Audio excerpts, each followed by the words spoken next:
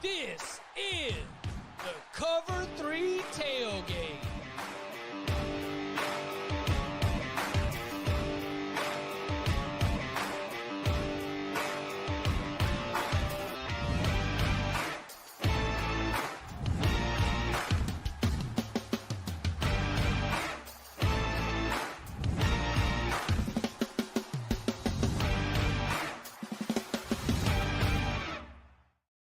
And welcome back to the Cover 3 podcast here on CBS Sports. That's Tom Fornelli. I'm Chip Patterson, coming to you live at youtube.com/cover3 and everywhere you get your podcasts on demand.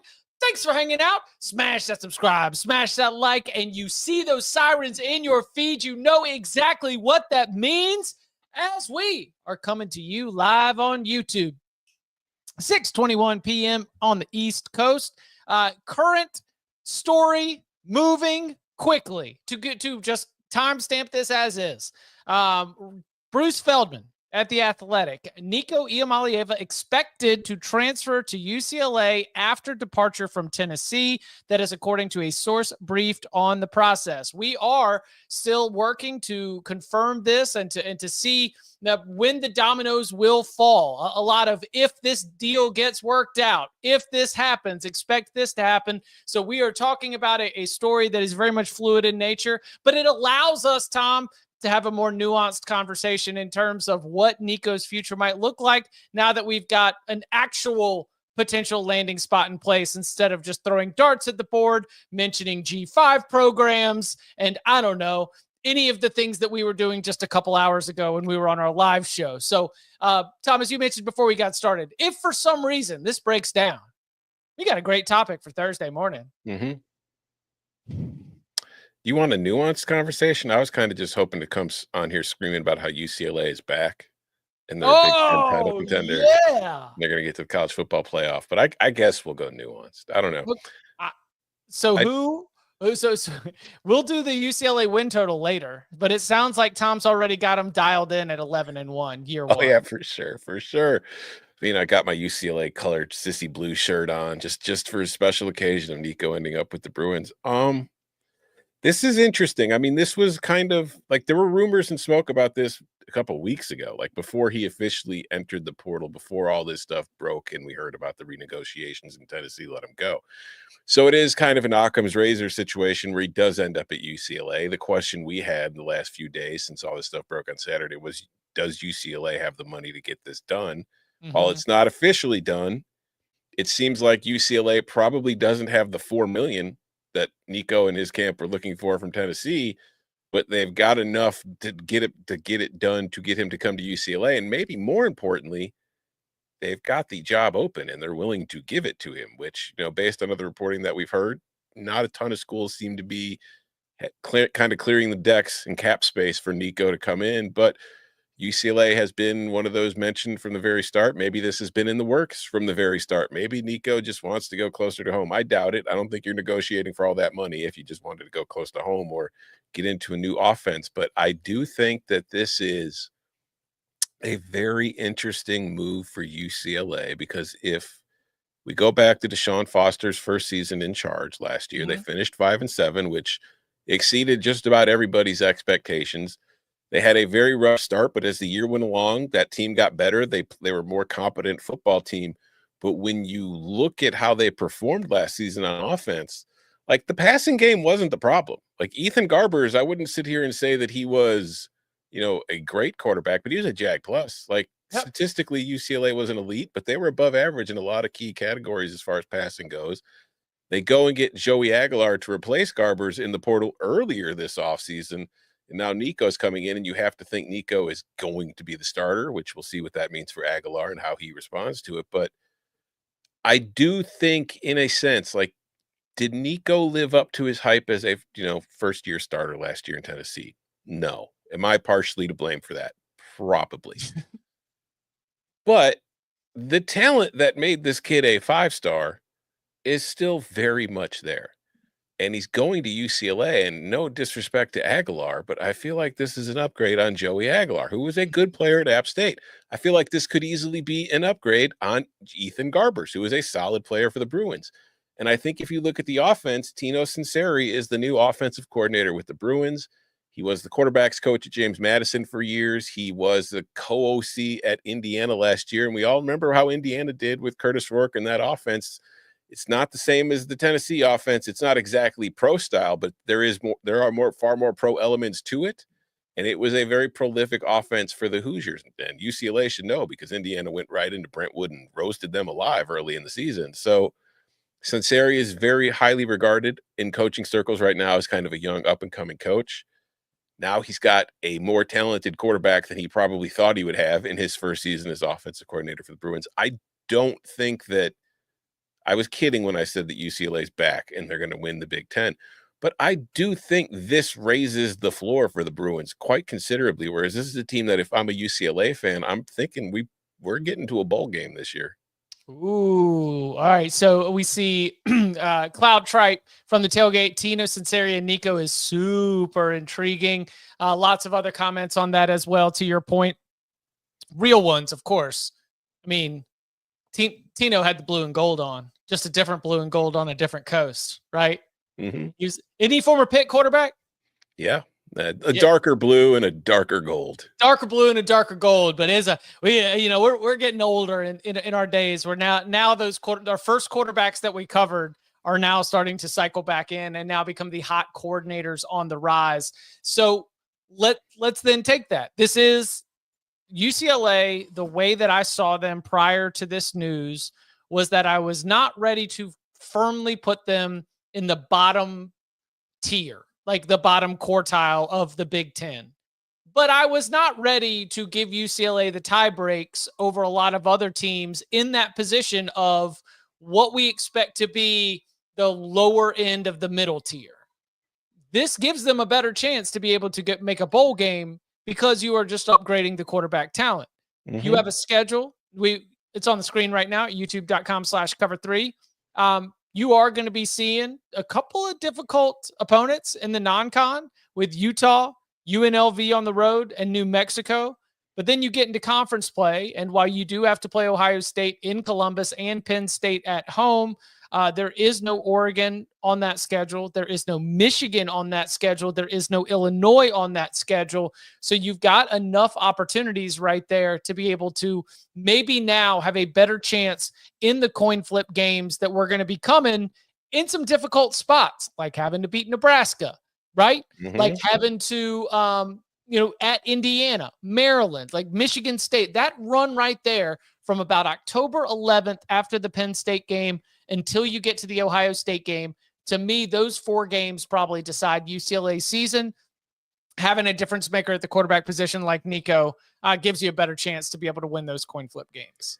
Yeah, for sure. It will be interesting to see, though, how they develop the run game, because that was the one problem with their offense last year. Like Ethan Garber's had some turnover issues, but overall, their rushing offense was pretty putrid, and they weren't really able to move the ball. And I think that with Nico, you don't want to put everything on his shoulders. You want to supplement him with a run game. And I think having Nico will probably help that a little bit. But it's just, you looked at going back to that schedule outside of Penn State.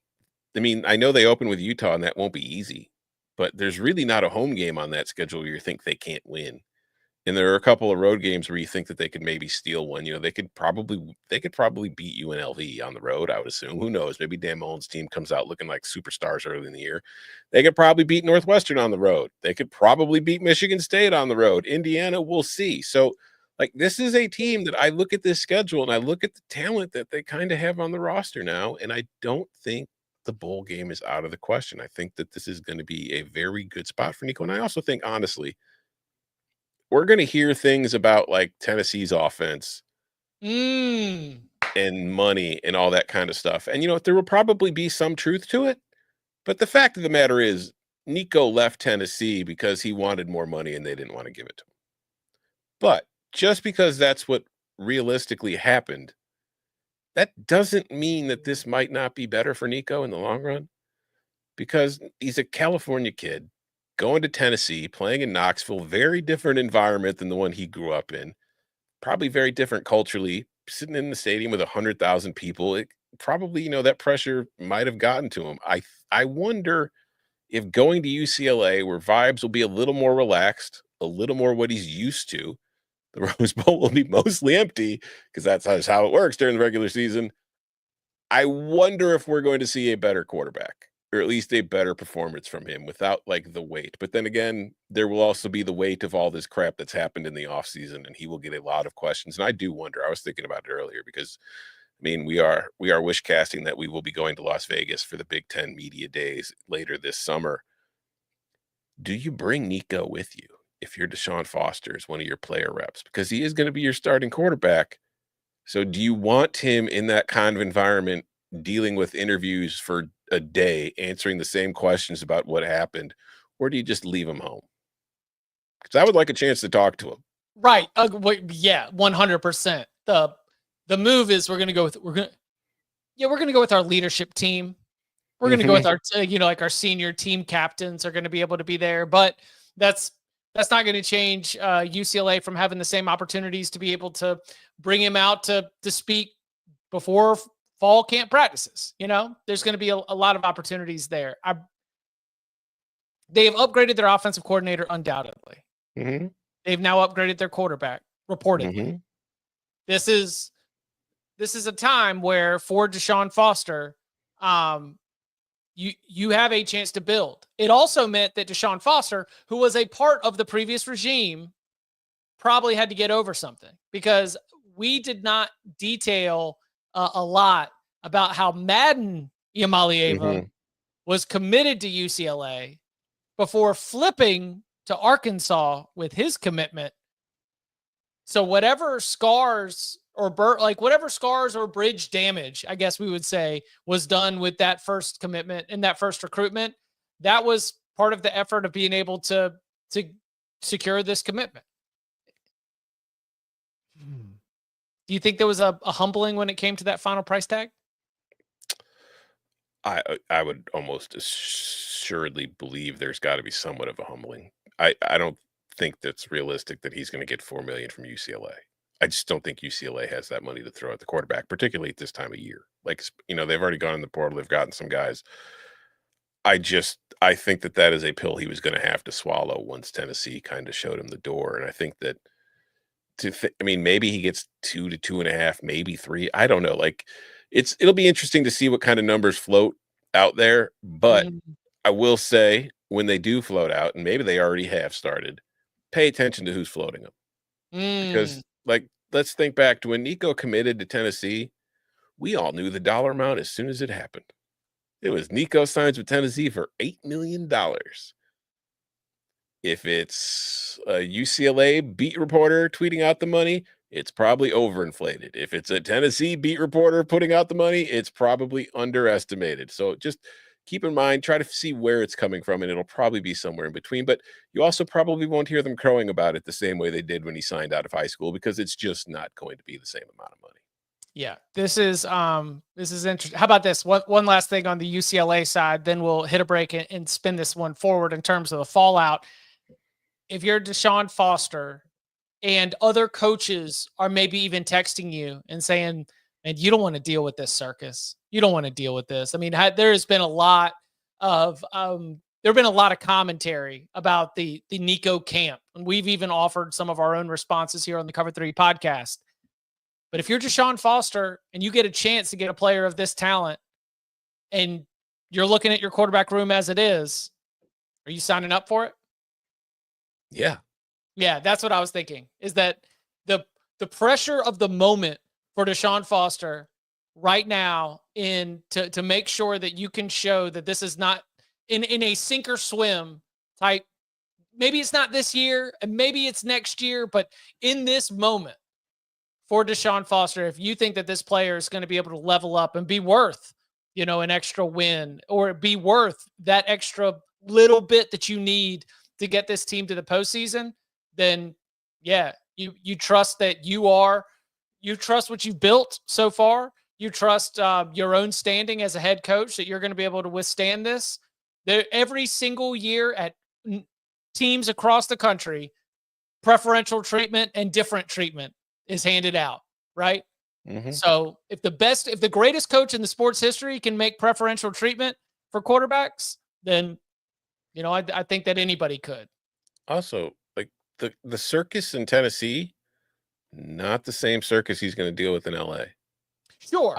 He's not even the sports in LA are so different than they are with how college football is viewed in the Southeastern Conference and how the Big Ten views. It's not that big of a deal, folks. Like, sports just aren't that big of a deal in LA, period. Like, the circus won't be there. There will be a couple of stories early in the year, and then it's going to be the national outlets if UCLA is playing in a big game that are going to be interested. But most LA sports people, they're not going to care. They probably won't know about this for another couple weeks. Coming up on the other side, more of the fallout from the news.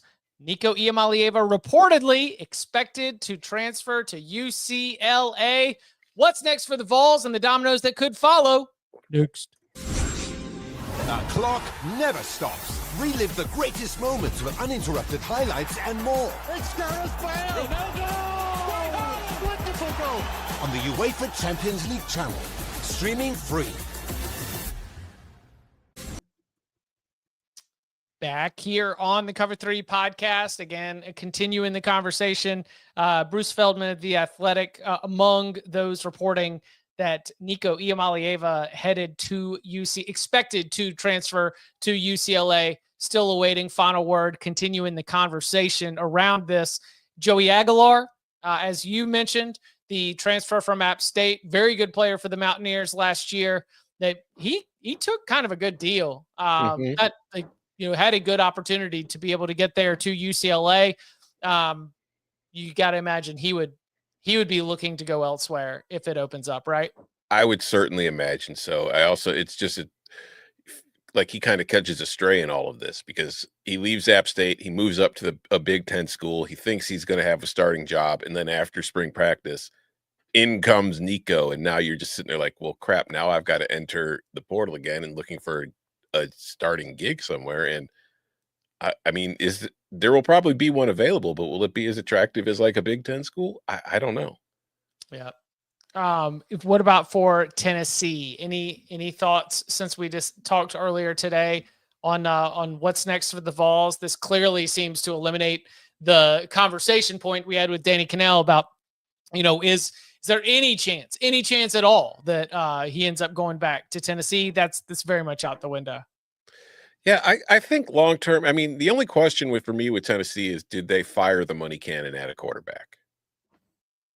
But I do think that offense, you don't need a superstar quarterback for it to be effective. It certainly helps. Having a really good quarterback is always a good thing to have. But I do think that offense is kind of plug and play-ish. But I would also wonder, like, Nico's mobile, but Nico doesn't really like to run unless he absolutely has to.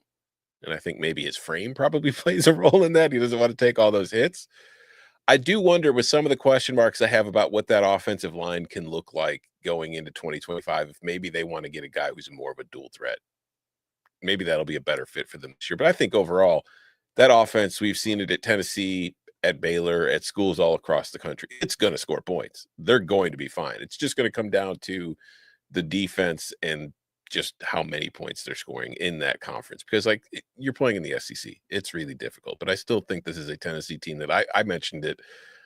I still think they're like an 8-win team, even without Nico. I mean, maybe 7 wins, 6 wins are probably far more likely than they were had Nico still been there.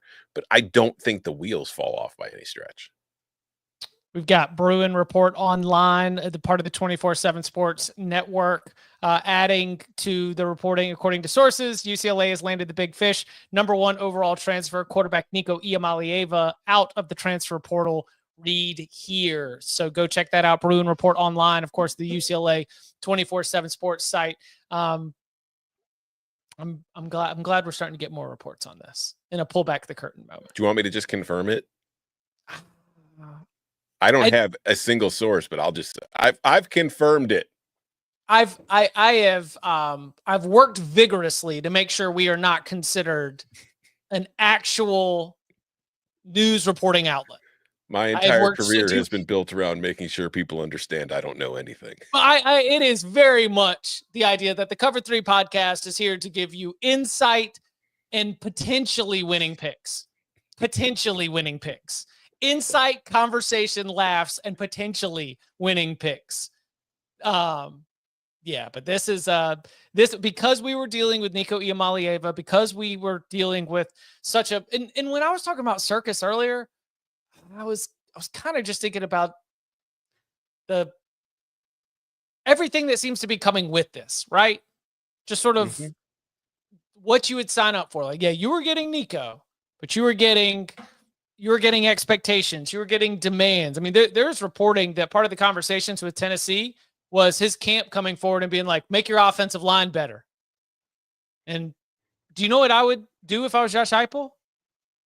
Like, do you know what every coach in America is trying to do right now? Make our offensive line better.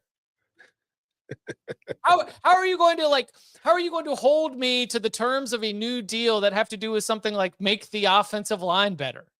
What in the world is that? You know, that's sort of what I'm imagining here. Let's see. Any questions from the tailgate before we start to wrap things up? Is 9 wins possible? Brad asked. Nico had to make the decision quickly. Tom and Chip, does this move the needle though for UCLA? 9 wins possible? Possible, yes. Likely, no. Whoa. Of course it's possible. Like, this team could, we've seen, hey, Chip, is it possible Indiana can win 10 games in 2024? Hell no. No way in hell. But it happened. So, yes, of course it's possible. I just don't think it will. But you look at the schedule, again, we talked about it. It is not the most difficult schedule. Yes, you have some very difficult games in Penn State, at Ohio State, at USC. But you look at the rest of that, and it's like there's no reason to think that some of those teams won't have down years or that UCLA is going to be so incompetent that it can't win those games. At FanDuel Sportsbook, where you can make every moment more, their over-under win total is at 5.5. Juice to the under at the moment. I think I'll on April 16th, I think I'll set the ceiling at 7. I'm 7 feels jumping on the over right now. 7 feels right. 7 feels a little bit more appropriate here. No, UCLA is going bowling. Yeah, UCLA. There we go. UCLA with Nico is a bowl team. UCLA without Nico is maybe a bowl team. UCLA without Nico is how cold is it in East Lansing in October, and do they show up with the want to that it's going to require to win that game? Not that cold. In October in East Lansing? Nah, it's not that cold at all. It's probably in the 60s. Okay.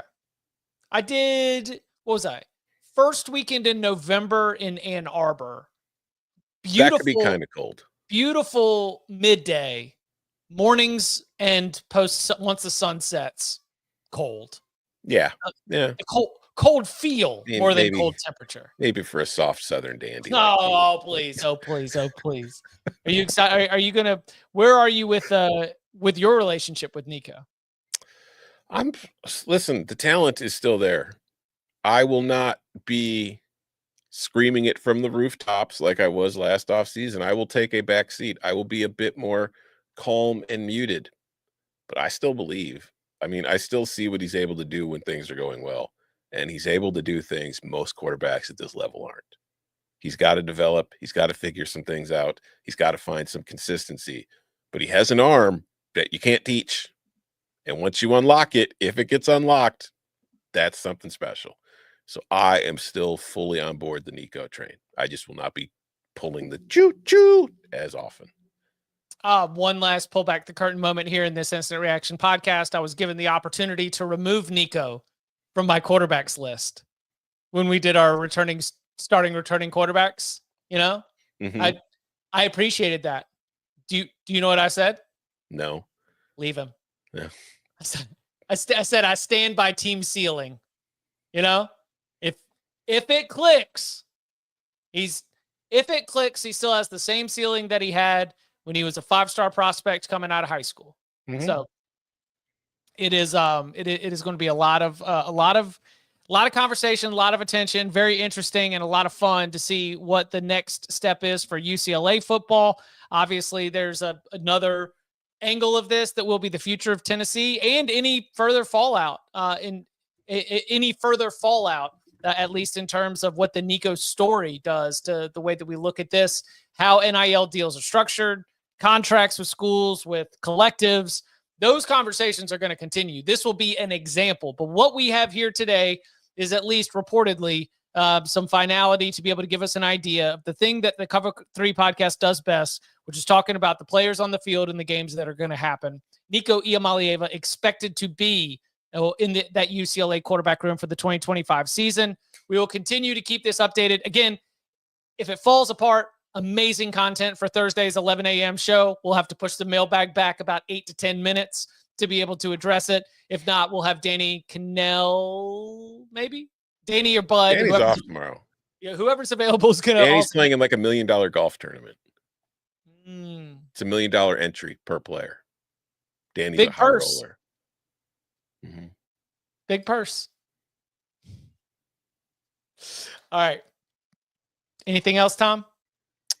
No. Okay. And you can follow him on Twitter at Tom Fornelli. You can follow me at Chip_Patterson.